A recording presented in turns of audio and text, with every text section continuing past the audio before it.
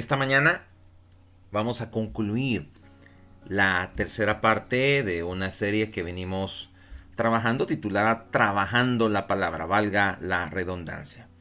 Y el tema que nos compete ahora son cómo ver el cumplimiento de la palabra profética personal en 7 pasos. Cómo ver el cumplimiento de la palabra profética personal en 7 pasos. 7 pasos que nos van a ayudar, nos van a servir y que van a hacernos más clara la información que necesitamos y sobre todo que sepamos qué hacer. Bien, vamos directo. Número 1. Habacuc 2:2. Dice la palabra del Señor. Escribe la visión, declárala en tablas, para que el que corra la leyere en ella. Número 1. Tienes que escribir esa profecía o lo que te han dicho en un papel. Muchos quizás ya lo han sentido en su corazón de que tienen que escribirlo o escucharla o estarla declarando. Y alguien dirá, pastor, ¿por qué tenemos que hacer esto? Te lo explico.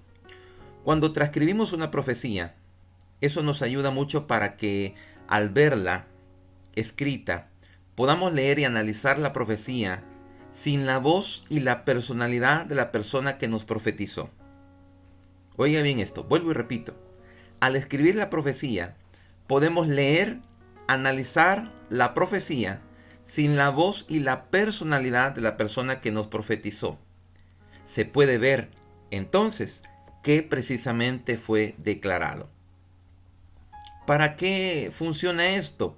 Para que tú puedas sentir no solamente esa voz directa, sino que también tú puedas analizarla, declararla, leerla, repetirla, y ahora es tu voz declarando la voz de Dios.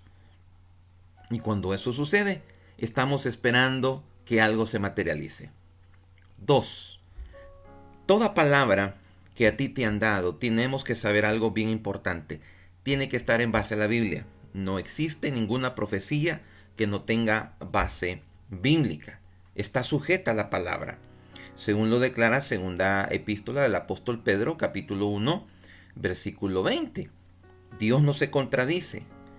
Si la profecía está de acuerdo con los principios bíblicos y la doctrina de nuestro Señor, porque aquí es donde mucha gente se confunde y hace tantas cosas.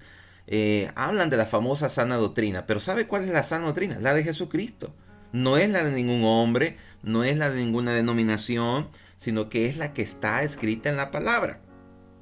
Un principio que debemos de aprender es que cuando yo voy a juzgar si la palabra está de acuerdo a lo escrito en la Biblia, es que no va a contradecir esos principios. Y te puedo poner un ejemplo. Número 1. Y te puedo poner 3 ejemplos claros. Ejemplo número 1. Dios nunca te va a mandar a romper tu matrimonio. Porque la palabra dice que lo que Dios unió, no lo separa el hombre. Nadie te va a venir a decir, mira, dice el Señor que tenés que dejar a tu mujer y te vas a casar conmigo. Eso no viene de parte del Señor. Eso no, aunque tú estés pasando problemas en tu matrimonio. No, Dios nunca te va a mandar a romper un principio. Ejemplo número 2. Dios nunca te va a mandar a difamar o a dividir una congregación. Jamás. Nunca te va a mandar a decir, mira, habla mal del pastor, habla mal de esto y lo otro, porque no tiene fundamento bíblico. Dios nos manda a honrar a los que están en autoridad y a buscar la paz con todos cuanto sea posible. Según segunda epístola de Timoteo, capítulo 2, versículo 1 al 3, Romanos 12, 18. Si hay algo con que tú no estás de acuerdo, tú puedes hablar y preguntar, pero nunca tienes que hacer algo porque alguien te lo dijo o porque simplemente lo sentiste. Tercero, tú no sos llamado a romper o a difamar el testimonio de nadie. ¿Por qué? Porque tú no sabes si esa persona está luchando, está haciendo, o sea, tú no conoces su relación con Dios, si la hay o no la hay. Cuando van profecías en ese momento, que hables, que rompas, que hagas esto, que te dividas. Por ejemplo, hay personas que dicen, a mí me vino una profecía que tenía que dividir la iglesia. Eso no es de parte del Señor. O que yo voy a hacer tal cosa y que me aviente. No. Cuando Dios va a dar un ministerio, Dios prepara. Dios jamás va a mandar a alguien ¿cómo se llama? Por decírtelo así, sin las herramientas correctas para ejercer el ministerio. Dios no va a mandar a nadie sin nada. Dios lo va a mandar con todo. Por ejemplo, y voy a agregar un cuarto más. Dios nunca te va a decir andate a un lugar y no te va a dar la provisión. Cuando algo es del Señor, por ejemplo, Él va a trasladar a alguien y te dice ve para tal país. Él te va a dar casa, Él te va a dar el pasaje, Él te va a dar la comida, Él te va a dar el trabajo, Él te va a dar todo. Todo, todo, todo. Entonces, volviendo al punto número 2. Tengo que analizar, después que le he escrito, si la palabra está de acuerdo a lo que está en la bendita palabra del Señor. Dios nunca me va a mandar a hacer algo contrario a lo establecido en su voluntad, que es la bendita y hermosa palabra del Señor.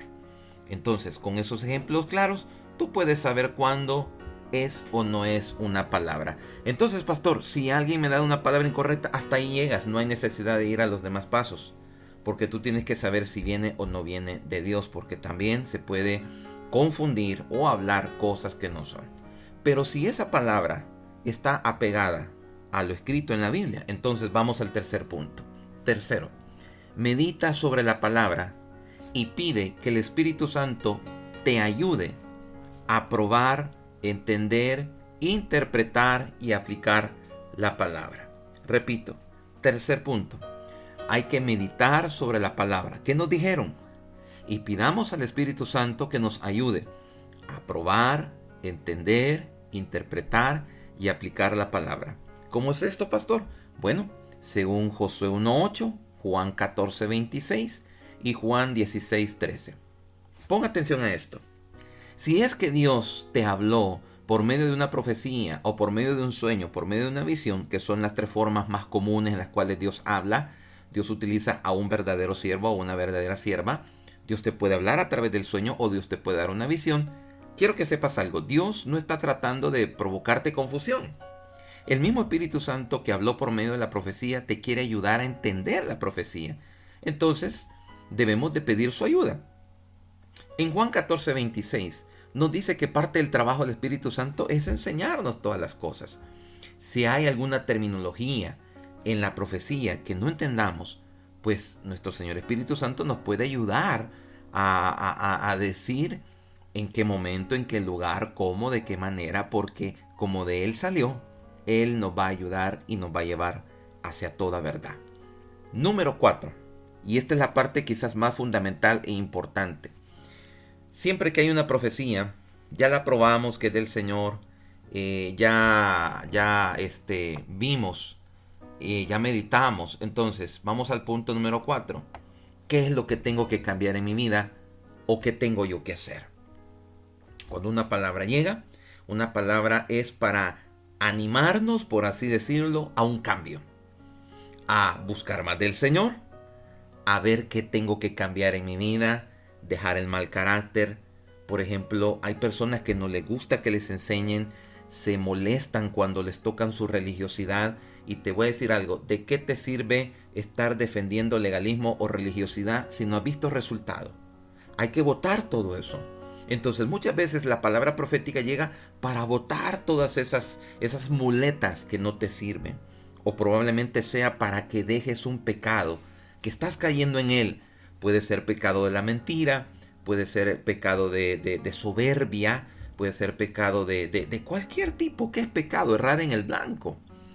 Generalmente conocemos como pecado que el adulterio, la fornicación, la incredulidad es pecado, amados. Y muchas veces eso puede ser para que tú puedas meditar y decir, hombre, no le estoy creyendo a Dios. O sea, digo que creo, pero no me muevo. Entonces siempre el punto número 4 va a ser, determina qué tienes que cambiar o qué tienes que trabajar en el Señor. ¿Cuáles actitudes o hábitos suyos necesitarán un ajuste para que esa profecía se haga realidad? ¿Qué tengo yo que hacer? Puede ser que solamente sea un cambio de actitud, como el cambiar de la duda de la fe, lo que te estoy diciendo, una actitud de víctima, ya no estarme conmiserando, ya no estarme quejando, ya no estar hablando de otros, sino volverme un vencedor. Es decir, dejar la murmuración a la gratitud. Puede ser que también tenga que dejar algún hábito o alguna debilidad que me venga siguiendo por años y que el Señor me está diciendo, hombre, ya es tiempo, deja eso. Punto número 5.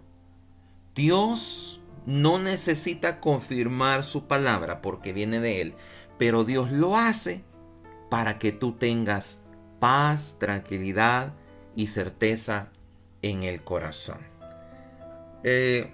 Dios siempre se encarga, y es bien lindo, de que cuando te ha dicho algo, te lo va a confirmar, sin necesidad que tú lo pidas. Por eso es que tú no tienes que decir, Señor, confírmame, Señor, confírmame. Dios ya sabe que lo tiene que hacer. Dios ya sabe.